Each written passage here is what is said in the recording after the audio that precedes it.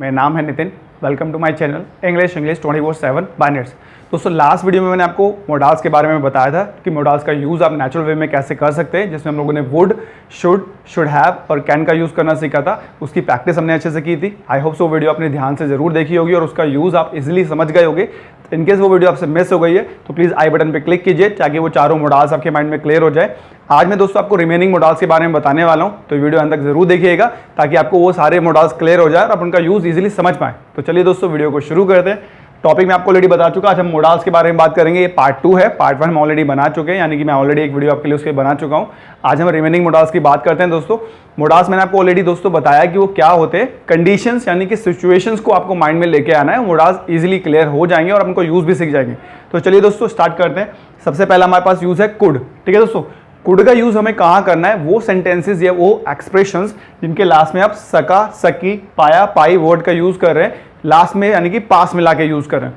जैसे कि मैं बोलूँ मैं जा नहीं सका, मैं जा नहीं पाया, ये दोनों एक ही सेंटेंस है, तो आप सका लगा दीजिए या पाया लगा दीजिए, हिंदी में एक ही बात है। तो यहाँ पे आप कुड का इस्तेमाल करेंगे। इसका स्ट्रक्चर क्या रहता है? सबसे पहले आप लगाएंगे सब्जेक्ट, फिर कुड, फिर वर्ब की फर्स्ट फॉर्म और फिर आपका ऑब्जेक्ट। सब्जेक्ट क्या होता है दोस्तों? जो एक्टिव है। जैसे मैं बोलूँ मैं, तो मैं हो गया सब्जेक्ट, उसके साथ आप कुड का इस्तेमाल करेंगे। अगर आपके सेंटेंस के लास्ट में सका वर्ड आ रहा है तो फिर आप वर्ब की फर्स्ट फॉर्म लगाएंगे, यानी कि आना, जाना, खाना, पीना, ये वर्ब्स होती हैं। और ऑब्जेक्ट क्या होता है दोस्तों? जो बच गया, जैसे कार, पंखा, मेज, कुर्सी, ये सब ऑब्जेक्ट्स में काउंट होते हैं। तो इस तरह से आप इसका स्ट्रक्चर क्रिएट करेंगे। चलिए एक एग्जांपल से इसको समझने की कोशिश करते हैं। जैसे मैं बोलूँ मैं जा नहीं सका, ठीक है दोस्तों। अब आप ध्यान से देखिए कि इसके लास्ट में सका वर्ड आ रहा है, इट मीन्स हम यहाँ किसका इस्तेमाल करेंगे? कुड का।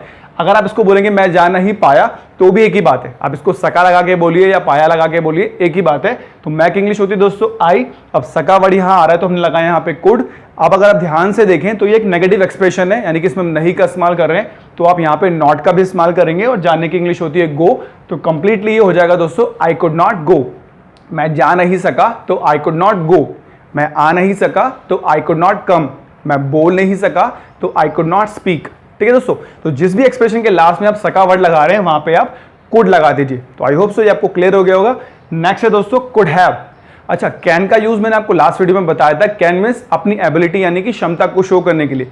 जब आप अपनी एबिलिटी यानी कि क्षमता को प्रेजेंट में शो कर रहे हैं तो आप लगाएंगे कैन। जैसे मैं बोलूँ मैं खेल सकता हूँ तो ये मेरी एबिलिटी प्रेजेंट में, तो मैं यहाँ कैन लगाऊंगा, आई कैन प्ले। वही एबिलिटी यानी कि वही क्षमता अगर मैं पास में जाके शो करूं, सकता था लगा के एक्सप्रेस करूं, तो वहां पे मैं कुड हैव लगाऊंगा। जैसे मैं बोलूं मैं खेल सकता था, अब ये मेरी एबिलिटी में पास में शो कर रहा हूं तो यहाँ पे हम कुड हैव का इस्तेमाल करेंगे। ठीक है दोस्तों, डिफरेंस आपको समझ में आ गया। अगर आप अपनी एबिलिटी प्रेजेंट में शो कर रहे हैं तो कैन, अगर आप अपनी एबिलिटी जो है वो पास में शो कर रहे हैं तो कुड हैव। इसका स्ट्रक्चर क्या होता है दोस्तों? सब्जेक्ट, कुड हैव, वर्ब की थर्ड फॉर्म और ऑब्जेक्ट। सब्जेक्ट ऑलरेडी हम समझ चुके, जो एक्टिव है वो सब्जेक्ट, उसके साथ आप कुड हैव लगाएंगे। अगर आपके एक्सप्रेशन के लास्ट में सकता था आ रहा है, यानी कि आप अपनी एबिलिटी पास में जाके शो कर रहे हैं। इसमें दोस्तों हमें वर्ब की थर्ड फॉर्म लगानी होती है। फॉर्म्स ऑफ वर्ब के लिए मैं एक वीडियो ऑलरेडी आपके लिए बना चुका हूं कि कैसे उनको यूज करना आप सीख सकते हैं। आई बटन पे आप क्लिक कीजिएगा, वहां से वो फॉर्म्स ऑफ वीडियो वाली आपको मिल जाएगी, उसको आप इजीली देखिए। यहाँ पे हम वर्ब की थर्ड फॉर्म का इस्तेमाल करेंगे और लास्ट में आपका ऑब्जेक्ट। एक एक्सप्रेशन से हम इसको समझते हैं। जैसे मैं बोलूँ वह जा सकता था, ठीक है दोस्तों। अब लास्ट में आप देखिए सकता था, यानी कि मैं अपनी एबिलिटी को शो कर रहा हूं पास में, तो यहां पे हम कुड हैव लगाएंगे, तो ये हो जाएगा ही कुड हैव। और गो की थर्ड फॉर्म होती है गॉन, तो ये कंप्लीटली हो जाएगा ही कुड हैव गॉन। वह जा सकता था तो ही कुड हैव गॉन, वह आ सकता था तो ही कुड हैव कम। ठीक है दोस्तों, जब भी आप अपनी एबिलिटी पास में जाके शो करेंगे तो वहां पे आप कुड हैव लगा देंगे और वर्ब की थर्ड फॉर्म लगा देंगे। तो I hope so could have को क्लियर हो गया होगा। नेक्स्ट है दोस्तों हमारे पास मे, यानी कि सकता है। दोस्तों सब में आप अगर नोटिस करें तो सकता है वर्ड ही आ रहा है, इसलिए मैंने आपको बताया कि वर्ड्स के थ्रू आप मोडाल्स को कभी रट नहीं सकते। वो टेंसेज होते हैं दोस्तों जिनको हम वर्ड्स के थ्रू इजीली क्लियर कर सकते हैं। अगर आप उसके बाद बात करें तो इंग्लिश को समझने के लिए आपको कंडीशंस को, सिचुएशन को माइंड में क्लियर करना ही पड़ेगा। अगर वो सिचुएशन से आप समझ गए तो आप नेचुरल इंग्लिश इजीली बोल पाएंगे। अगर आप याद करने की कोशिश करेंगे तो आपको बहुत टफ लगेगा। इसलिए मैं क्या कहता हूं कि कभी भी इंग्लिश को रटना नहीं चाहिए, उसको नेचुरल वे में समझिए। तो इनकी सिचुएशन अगर आप समझ लेंगे तो आपके लिए क्लियर करना बहुत ईजी है। तो यहां पे दोस्तों मे हम कब लगाते हैं? आप सकता है वर्ड मत देखिए, आप ये देखिए कि मे का इस्तेमाल आप कहां करेंगे? जब आप किसी से रिक्वेस्ट कर रहे हैं। ठीक है दोस्तों, जब हम किसी से रिक्वेस्ट करते हैं तो हम मे वर्ड का इस्तेमाल करते हैं। तो यहां पे स्ट्रक्चर आपका क्या रहेगा? मैं, सब्जेक्ट, वर्ब की फर्स्ट फॉर्म और ऑब्जेक्ट। ठीक है दोस्तों, ये एक्सप्रेशन मैं आपको क्लियर करता हूं। क्या मैं जान सकता हूं? अब यहाँ पे क्या, जो अभी आपकी परमिशन ले रहे हैं यानी कि आप इससे रिक्वेस्ट कर रहे हैं, तो आप सबसे आगे लेके आ जाएंगे मे। ठीक है दोस्तों, आई की इंग्लिश यानी कि मैं की इंग्लिश होती है आई, वो आपने लगाया मे आई, और जानने की इंग्लिश होती है नो, तो ये कंप्लीटली आप बोलेंगे मे आई नो। ठीक है दोस्तों, क्या मैं जान सकता हूं, तो मे आई नो। क्या मैं जा सकता हूं, मे आई गो। क्या मैं अंदर आ सकता हूं, मे आई कम इन। ठीक है दोस्तों, क्लियर होगा आपको। जब भी आप किसी से रिक्वेस्ट कर रहे हैं या किसी से परमिशन ले रहे हैं काम करने के लिए, तो आप क्या लगाएंगे, वहां पे आप मे वर्ड का इस्तेमाल करेंगे। ठीक है दोस्तों, यहाँ पे आप रिक्वेस्ट भी कर सकते हैं, किसी से परमिशन ले रहे हो। अगर आपको याद हो, जब हम अपने क्लासरूम में, स्कूल में या कॉलेज में एंटर करते हैं तो हम परमिशन मांगते हैं टीचर की, सर क्या मैं अंदर आ सकता हूं, तो आप उसको इंग्लिश में बोलिए सर मे आई कम इन। ठीक है दोस्तों, वो आप रिक्वेस्ट भी बोल सकते हैं, उसको आप परमिशन भी बोल सकते हैं। जब आप कुछ कार्य करने के लिए ऐसा कर रहे हैं तो वहां पे आप मे वर्ड का इस्तेमाल कीजिए। इसको याद करने की जरूरत नहीं है दोस्तों, ठीक है, बस हमें इनको यूज करना समझना है कंडीशन से। नेक्स्ट है हमारे पास माइट। इसकी भी आईडी सकता है ही सेम होती है, मैंने आपको ऑलरेडी बताया। इनकी सबकी आईडीज हिंदी में तो सेम है, इनकी सिचुएशंस अलग अलग है। उस सिचुएशन को बस आपको माइंड में क्लियर करना है। तो माइट यानी कि सकता है, यानी कि जब हम किसी कार्य की पॉसिबिलिटी जो है वो हमें कंफर्म ना हो। पॉसिबिलिटी मतलब संभावना, अगर उस कार्य की संभावना क्लियर ना हो कि वो होगा या नहीं होगा, तो वहां पे आप माइट वर्ड का इस्तेमाल करेंगे। ठीक है दोस्तों, स्ट्रक्चर इसका वही, सब्जेक्ट, माइट, वर्ब की फर्स्ट फॉर्म और ऑब्जेक्ट। एक एक्सप्रेशन से आप इसको समझिए, बहुत इजीली आपको समझ में आ जाएगा। जैसे मैं आपसे कहूं आज हम मिल सकते हैं, अब दोस्तों ये पॉसिबिलिटी है कि मिल भी सकते हैं, नहीं भी मिलेंगे। अगर मैं कंफर्म बोलूंगा तो आज हम मिलेंगे, तो ये मैं कंफर्म करके आपको एक्सप्रेस कर रहा हूं। अगर मैं बोलूं आज हम मिल सकते हैं, तो यहां पे कंफर्म नहीं है हम मिलेंगे या नहीं मिलेंगे, तो यहां पे आप माइट का इस्तेमाल करेंगे। तो इसको आप कैसे बोलेंगे, वी माइट मीट टुडे। ठीक है दोस्तों, क्लियर हो गया। माइट आप कहां लाएंगे, जब संभावना किसी भी कार्य की होने की कंफर्म ना हो। ठीक है, कि वो जो वर्क है वो पॉसिबल ना हो, कंफर्म होगा या नहीं होगा। हो सकता है हो जाए, हो सकता है ना भी हो। जैसे मैं बोलूं आज बारिश हो सकती है, कंफर्म तो नहीं है दोस्तों, है ना, एक पॉसिबिलिटी है, हो भी सकती है नहीं भी हो सकती है। तो आप इसको कैसे एक्सप्रेस करेंगे, इट माइट रेन टुडे। ठीक है दोस्तों, तो माइट आप कहां लगाएंगे, जब किसी चीज की संभावना कंफर्म ना हो। तो आई होप सो आपको क्लियर हो गए होंगे। एक मॉडल और ये दोस्तों, उसका इतना यूज होता नहीं है, मस्ट, वो शुड और मस्ट सेम होता है, बस छोटा सा वर्ड उसमें अंतर हो जाता है कि वहां पे आप जरूर वर्ड लगा देते हैं। मस्ट को हम लोग हिंदी में अगर देखें तो जरूर वर्ड हो जाएगा। तुम्हें जाना चाहिए तो आप बोलेंगे यू शुड गो। अगर मैं इसी एक्सप्रेशन को बोलूं तुम्हें जरूर जाना चाहिए तो यू मस्ट गो। ठीक है दोस्तों, इसके लिए मैं आपको उसका रूल नहीं क्लियर कर रहा हूं, बहुत सिंपल सा है। बट शुड में आप हटा के वहां पे मस्ट लगा दीजिएगा, अगर वो आप जरूर करके आप किसी को क्या कर रहे हैं, शुड का यूज करके बता रहे हैं। अगर आप किसी को जो एडवाइस है वो जरूर लगा के बोल रहे हैं, तो आप वहां पे मस्ट लगा दीजिए। तुम्हें जरूर जाना चाहिए तो यू मस्ट गो। सिंपल, अगर आप किसी को एडवाइस दे रहे हैं तो हम शुड लगाते हैं, तुम्हें जाना चाहिए तो यू शुड गो।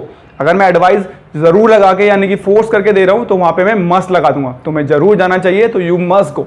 एक छोटा सा बस इसका मस्ट का यूज है, जो आपको आई होप सो क्लियर हो गया होगा। तो ये तो हो गया दोस्तों पैटर्न, कि क्या इनका पैटर्न होता है। अब इनको यूज करना भी जरूरी है। मैंने आपको बताया कि रूल्स याद करने से इंग्लिश नहीं आ जाएगी। सबसे पहली चीज है, बिल्कुल उसको समझिए, माइंड में कॉन्सेप्ट को क्लियर कीजिए, फिर उसको एक्टिवेटेड फॉर्म में यूज करना भी शुरू कर दीजिए। अदरवाइज क्या होगा कि उसका कुछ बेनिफिट नहीं होने वाला है। तो आपने जिनको समझ लिया होगा। सेकंड आपको करना है क्या, कोई पेज लेना है, एक रजिस्टर लेना है, उसके ऊपर इनके छोटे छोटे एक्सप्रेशन लिखने हैं। ठीक है दोस्तों, कैसे, जैसे आप कुड को लीजिए, मैं जा सका, तो आप उसको हिंदी में लिखिए, उसके नीचे उसकी फिर इंग्लिश लिखिए।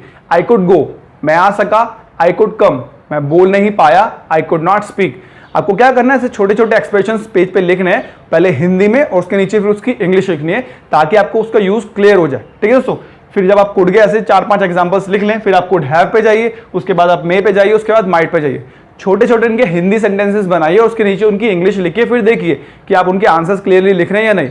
जब आपको लिखने में क्लियर हो जाए कि हाँ मैं इनको अच्छे से लिख पा रहा हूं, फिर आप थर्ड पैटर्न में इसको बोलना शुरू करिए, यानी कि छोटे छोटे एक्सप्रेशन बोलकर प्रैक्टिस कीजिए। जैसे आपने कोड उठाया और इतना तेज को बोलिएगा कि आपको अपनी आवाज साफ साफ सुनाई दे। मैं जा नहीं सका, आई कुड नॉट गो। ठीक है दोस्तों, पहले हिंदी में बोलना, फिर इंग्लिश में बोलना। ठीक है, इस 3 तरीके से आप जब प्रैक्टिस करेंगे तो देखना आपको क्लियर हो जाएगा। पहले आप कॉन्सेप्ट को समझिए, उसको आप रजिस्टर पे लिख लीजिए छोटे छोटे एक्सप्रेशन को, फिर उनको धीरे धीरे बोलना भी शुरू कीजिए, ताकि आपकी जो वॉइस है वो उसको कैच कर ले, आपका माइंड उनको कैच कर ले। मैं जा नहीं सका, आई कुड नॉट गो, मैं आ नहीं सका, आई कुड नॉट कम। जब आपको लगे आप कुड अच्छे से बोल पा रहे हैं, फिर आप कुड हैव पे आ जाइए। तुम जा सकते थे, यू कुड हैव गॉन, तुम आ सकते थे, यू कुड हैव कम, तुम बैठ सकते थे, यू कुड हैव सेट। ठीक है दोस्तों, जब आप इसको अच्छे से बोलने लग जाए, फिर आप मे का इस्तेमाल कीजिए, क्या मैं आ सकता हूं, मे आई कम, क्या मैं जा सकता हूं, मे आई गो। फिर आप माइट लगाइए, ठीक है दोस्तों, इस तरह से इनको धीरे धीरे बोल कर भी प्रैक्टिस जरूर कीजिएगा। और जब सारा का सारा क्लियर आपको माइंड में हो जाए, कॉन्सेप्ट भी क्लियर हो जाए, राइटिंग में भी क्लियर हो जाए और छोटे छोटे सेंटेंसेस भी आप अच्छे से बोल पाए, फिर इनको आप रियल लाइफ में ऐड कर लीजिए। ठीक है, जहां भी इनका आपको यूज करना हो, आप छोटे छोटे एक्सप्रेशन के रूप में उनको एक्सप्रेस कीजिए अपनी फैमिली में, फ्रेंड्स में, फिर देखिए कैसे कंफर्म हो जाएंगे। दोस्तों यही इजी पैटर्न है इंग्लिश को नेचुरल वे में समझने का। सेंटेंसेस याद करना बहुत आसान है, आप इनके छोटे छोटे सेंटेंसेस याद कर लेंगे, उससे कुछ नहीं होने वाला। जब तक आप इनको माइंड में क्लियर नहीं करेंगे तब तक ये क्लियर नहीं होने वाले। तो आई होप सो दोस्तों आपको ये नेचुरल वे में मॉडल्स क्लियर हो गए होंगे। इनकेस फिर भी आपको कोई डाउट है तो प्लीज कमेंट बॉक्स में जाइएगा और आप मुझे जरूर बताइए कि कहाँ पे आपको डाउट है। मैं आपके बिल्कुल हेल्प करूंगा और आपको क्लियर करूंगा। तो आई होप सो दोस्तों ये सारे मॉडल्स आपको अच्छे से क्लियर हो गए होंगे। इनकेस ये वीडियो आपको अच्छी आई, पसंद आई है, आपको अच्छी लगी है, तो आप इसको लाइक कीजिएगा, अपने फ्रेंड्स के साथ शेयर जरूर कीजिएगा दोस्तों, और मेरे चैनल को सब्सक्राइब करना मत भूलिएगा ताकि आने वाली सारी वीडियोस की नोटिफिकेशन आपको मिल पाए और आपसे कोई भी वीडियो मिस ना हो। आपको स्क्रीन पे अभी मेरे चैनल का लोगो दिखाई दे रहा होगा, उस पर आप क्लिक कीजिए, वहां से आप इजीली मेरे चैनल को सब्सक्राइब कर सकते हैं दोस्तों। तो इसकी प्रैक्टिस आप जरूर कीजिएगा। आने वाले वीडियो हम नए कॉन्सेप्ट के साथ, एक नए टॉपिक के साथ मिलेंगे। तब तक के लिए दोस्तों बाय बाय।